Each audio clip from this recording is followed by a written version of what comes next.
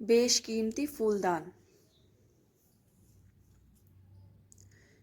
विजयनगर का वार्षिक उत्सव बहुत ही धूमधाम से मनाया जाता था, जिसमें आसपास के राज्यों के राजा भी महाराज के लिए बेशकीमती उपहार लेकर सम्मिलित होते थे। हर बार की तरह इस बार भी महाराज को बहुत से उपहार मिले। सारे उपहार में महाराज को रत्न जड़ित रंग बिरंगे 4 फूलदान बहुत ही पसंद आए।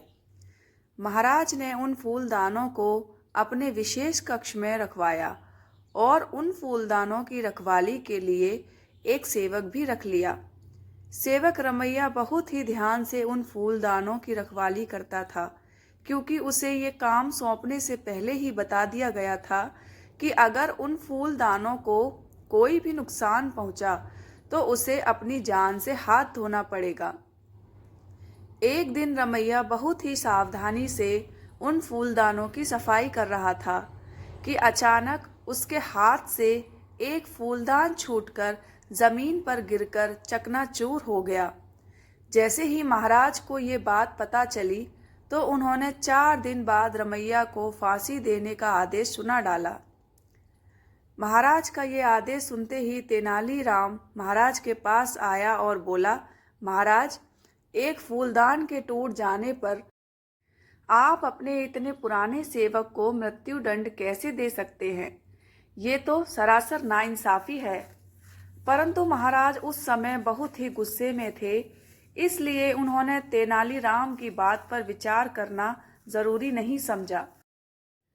जब महाराज नहीं समझे तो तेनालीराम रमैया के पास गया और उससे बोला, तुम चिंता मत करो, अब मैं जो कहूँ तुम उसे ध्यान से सुनना और फांसी से पहले तुम वैसा ही करना।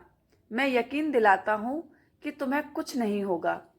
रमैया ने तेनालीराम की सारी बात बड़े ही ध्यान से सुनी और बोला, मैं ऐसा ही करूँगा। फांसी का दिन आ गया। फांसी के समय महाराज भी वहां उपस्थित थे। फांसी देने से पहले रमैया से उसकी अंतिम इच्छा पूछी गई।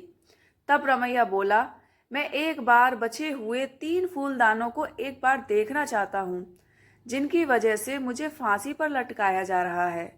रमैया की अंतिम इच्छा के अनुसार महाराज ने उन 3 फूलदानों को लाने का आदेश दिया।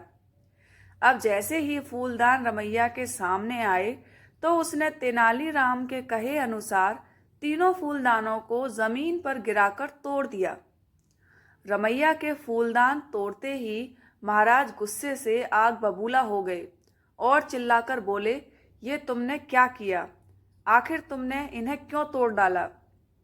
रमैया बोला, महाराज, आज एक फूलदान टूटा है तो मुझे फांसी दी जा रही है। ऐसे ही जब ये तीनों भी टूटेंगे तो 3 और लोगों को मृत्युदंड दिया जाएगा।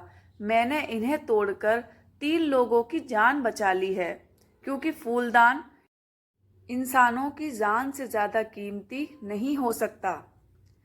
रमैया की बात सुनकर महाराज का गुस्सा शांत हो गया और उन्होंने रमैया को भी छोड़ दिया। फिर उन्होंने रमैया से पूछा, तुमने ये सब किसके कहने पर किया था? रमैया ने सब सच सच बता दिया। तब महाराज ने तेनालीराम को अपने पास बुलाया और बोले, आज तुमने एक निर्दोष की जान बचा ली और हमें भी यह बता दिया कि गुस्से में लिए गए फैसले हमेशा गलत होते हैं। तेनालीराम, तुम्हारा बहुत बहुत शुक्रिया।